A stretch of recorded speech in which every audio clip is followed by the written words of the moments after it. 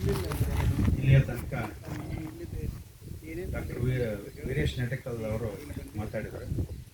ನಮಗೆಲ್ಲ ಗೊತ್ತಿದೆ ಈಗ, ಯಾಕಂದ್ರೆ ನಮ್ಮ ಮಕ್ಕಳು ನಾವೆಲ್ಲ ಏನು ಮಾಡ್ತಾ ಇದ್ದೀವಿ ಅಂತ ದುಡ್ಡು ಗಳಿಸೋದಕ್ಕೋಸ್ಕರ ಅವನ್ನೆಲ್ಲ ಓದಿಸಿ ಬೆಂಗಳೂರಲ್ಲಿ ಬಿಟ್ಟು. ಯಾಕಂದ್ರೆ ಬೇರೆಯವ್ರ ಪರಿಸ್ಥಿತಿ ಅಲ್ಲ, ನಮ್ಮ ಪರಿಸ್ಥಿತಿನೇ ಹೇಳ್ತಾರೆ. ನಮ್ಮ ಮಗ ಮತ್ತು ಸೊಸೆ ಇಬ್ಬರು ಇಂಜಿನಿಯರು, ಇಬ್ಬರು ಹೊತ್ತು ಜಾಬ್ ಮಾಡ್ತಾ ಇದ್ದಾರೆ ಬೆಂಗಳೂರು. ಅವರಿಗೆ ನಾನು ಇದೇ ಮಾತನ್ನು ವೀರೇಶ್ ಗೌಡರಿಗೆ ಮಾತನ್ನು ಸಹಿತ ಅವ್ರಿಗೆ ಹೇಳಿದ್ದೆ. ಈಗ ದುಡ್ಡು ಹೊಲ ಇದೆ, ಆರಾಮಾಗಿ ಬರ್ರಿ, ಆರಾಮಾಗಿರ್ರಿ ಅಂತಂದ್ರೆ ಅವ್ರು ಬರೋಕ್ಕೆ ರೆಡಿನೇ ಇಲ್ಲ.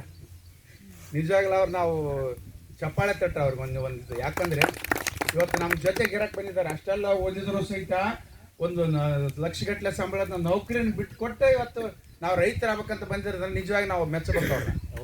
ಯಾಕಂದರೆ ನಾವು ದುಡ್ಡು ಮಾಡ್ಬೋದು ಬೇಕಾದಷ್ಟು ಬೇರೆ ಬೇರೆ ಇದರಲ್ಲಿ, ಆದರೆ ದುಡ್ಡಿನ ಜೊತೆಗೆ ಶಾಂತಿ, ನೆಮ್ಮದಿ, ಸಮಾಧಾನ ಸಿಗಬೇಕಾಗಿದ್ದರೆ ಈ ಪ್ರಕೃತಿಯ ಮಡಿಲಲ್ಲಿ ಮಾತ್ರ ಸಾಧ್ಯ ಎಂಬುದು ನೆನಪಿಟ್ಕೋಬೇಕು. ಇಲ್ಲೇ ಬೆಂಗಳೂರಲ್ಲಿ ನಾವು ಲಕ್ಷಗಟ್ಟಲೆ ಗಳಿಸಿದ್ರೆ ಸಮಾಧಾನ ಅಲ್ಲ. ಇಲ್ಲಿ ಪ್ರಕೃತಿಯ ಮಡಿಲಲ್ಲಿ ನಮ್ಮ ಆರೋಗ್ಯ ಚೆನ್ನಾಗಿರ್ಬೇಕು, ನಾವು ಚೆನ್ನಾಗಿ ಬದುಕಬೇಕು, ಶಾಂತಿ ನೆಮ್ಮದಿ ಇರ್ಬೇಕಂತಂದ್ರೆ ಮೊದಲು ನಾವು ಈ ಪ್ರಕೃತಿಯ ಮಡಿಯಲ್ಲಿ ಇದ್ದಾಗ ಮಾತ್ರ ಸಾಧ್ಯ ಅಂತ ಹೇಳಿರ್ತಕ್ಕಂಥ ವೀರೇಶ್ ಗೌಡ್ರವರಿಗೆ ಅನಂತ ಧನ್ಯವಾದಗಳು.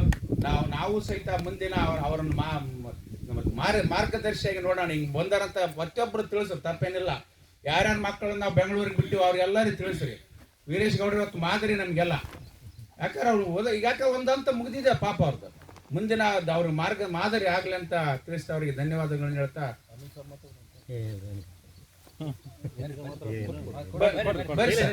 ಬನ್ನಿ.